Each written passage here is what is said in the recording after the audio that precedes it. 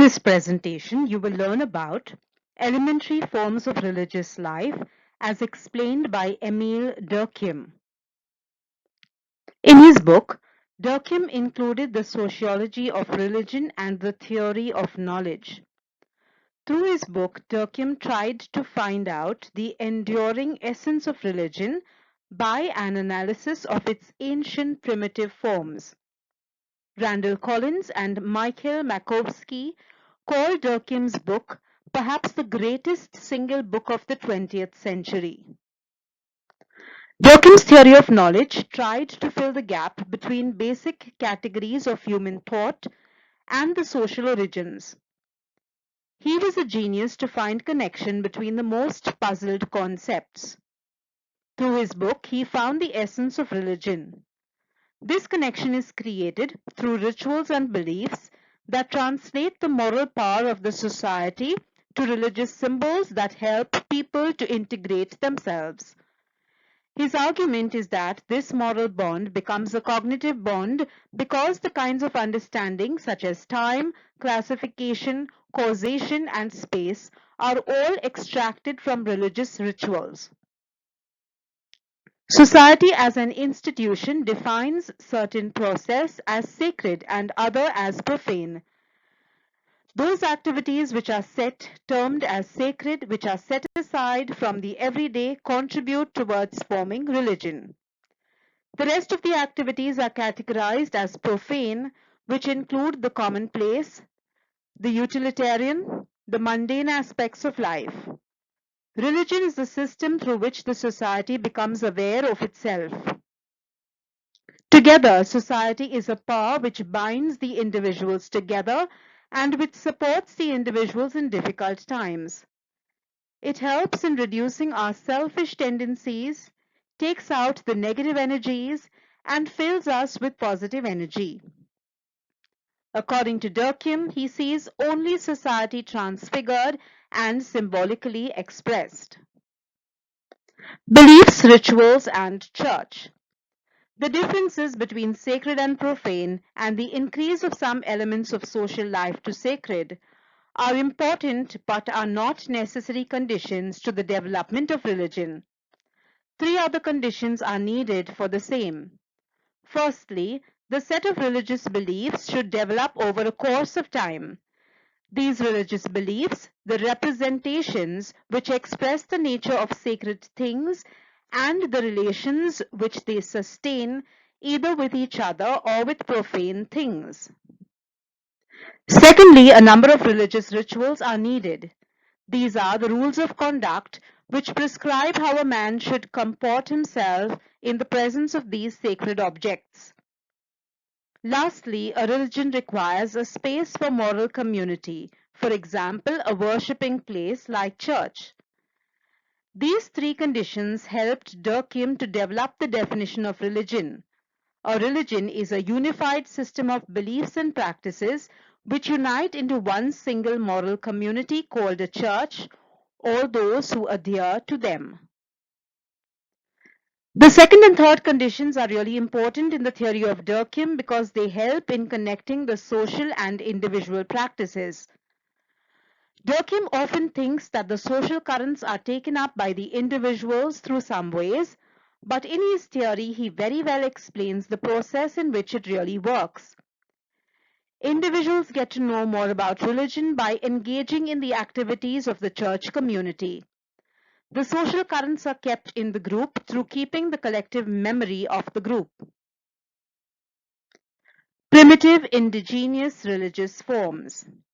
The main source of his data was from Arunta, a clan-based Australian tribe. He believed that the tribe was of a primitive culture, but currently there are tribes that are found to be more primitive than Arunta. The first reason why he wanted to study religion in a primitive culture is because he believed that primitive cultures have less developed ideologies and systems so that he can study easily as compared to modern ideologies and systems. In primitive society, the religious forms can be understood from their nudity and it requires only the slightest effort to study them well. While in the case of modern society, religion forms diverse groups and it is difficult to study. This concept made him relate the common beliefs to common structures of society. Durkheim chose primitive religion because a non-modern society could be tapped easily by their collective conscience. But when the religion becomes specialized, it is difficult to study the religion in narrow domain. On the other hand, other institutions represent other aspects of collective morality. The various collective representations of modern society have their origin in all-encompassing religion of the primitive society. Totemism. Durkheim liked to believe that society is the source of religion, and that is the reason why he was interested in studying more about totemism. It is the system of religion in which certain animals and plants are regarded as sacred and as the emblems of clans. He viewed totemism as the primitive and simplest form of religion, and he associated it with the simple form of social organization, namely clan. Durkheim states that totem is the representation of clan itself.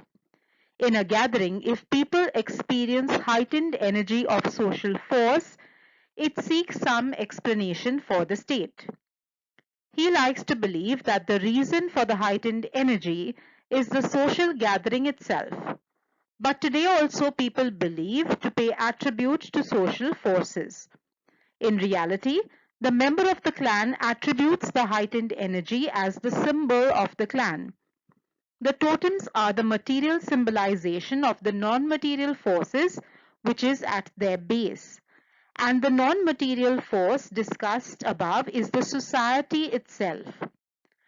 Totemism and religion are derived from morality and impersonal forces, and they are not the mythical material forces as articulated and believed by the community members.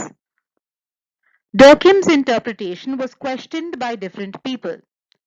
Totemism is not the most primitive religion, but it can help to develop theory that binds religion, knowledge, and society. A society may have a large number of totems, but Durkheim viewed each totem as interrelated set of ideologies that give the society a complete representation of the world.